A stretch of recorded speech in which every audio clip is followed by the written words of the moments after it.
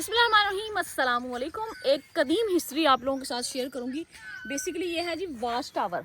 ये आपको नज़र आ रहा होगा, साथ में चलते रहते हैं और आपको मैं इसकी हिस्ट्री भी बताती हूँ। ये कदीम ज़माने में जब जंगे वगैरह का दौर होता था, जंगों वगैरह का, तब इस तरह के बिल्डिंग जो है ना वो ऊंची जगह पे बनाई जाती थी, जहाँ से पूरा इलाके का ऊपर से सारा नज़र रखी जा सके और हमारे आबो हवा में आता हुआ तैयारा या किसी किस्म की कोई भी जंगी फौजें आती हुई नजर आ जाती थी। बाकी यहाँ से मैं आपको पढ़ के सुना देती हूँ। वाच टावर जी, तो ये बेसिकली 1227 में चंगेज़ खान की मौत के बाद मंगोलों के दौर में इसको ज़ेर तामीर किया गया। लेकिन अगर नीचे आए तो नीचे हिस्ट्री उन्होंने बकायदा लिखी हुई है जी। पंजाब की तहकीक और हालिया खुदाई 2015 से बाद साबित हुई कि वाच टावर ममलूक खानदान गुलामा 1209 और 1206 से लेकर 1209 के दौरान दौरे हुकूमत में तामीर किया गया।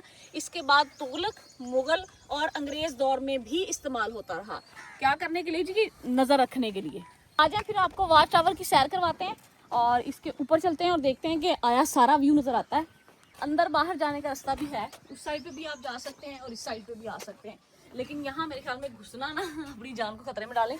मरम्मत तो होती रहती है, ये देख लें आप बाहर से भी, लेकिन फिर भी एहतियात करें।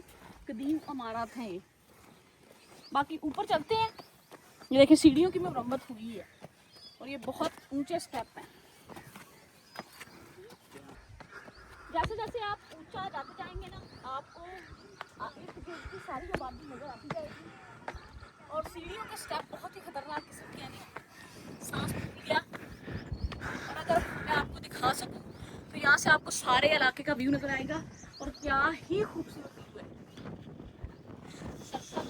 ठंडी हवा और नदी नाले तो कह सकते हैं, लेकिन पानी है जो दिया जा रहा है पौधों को। ब्रेक लाते हुए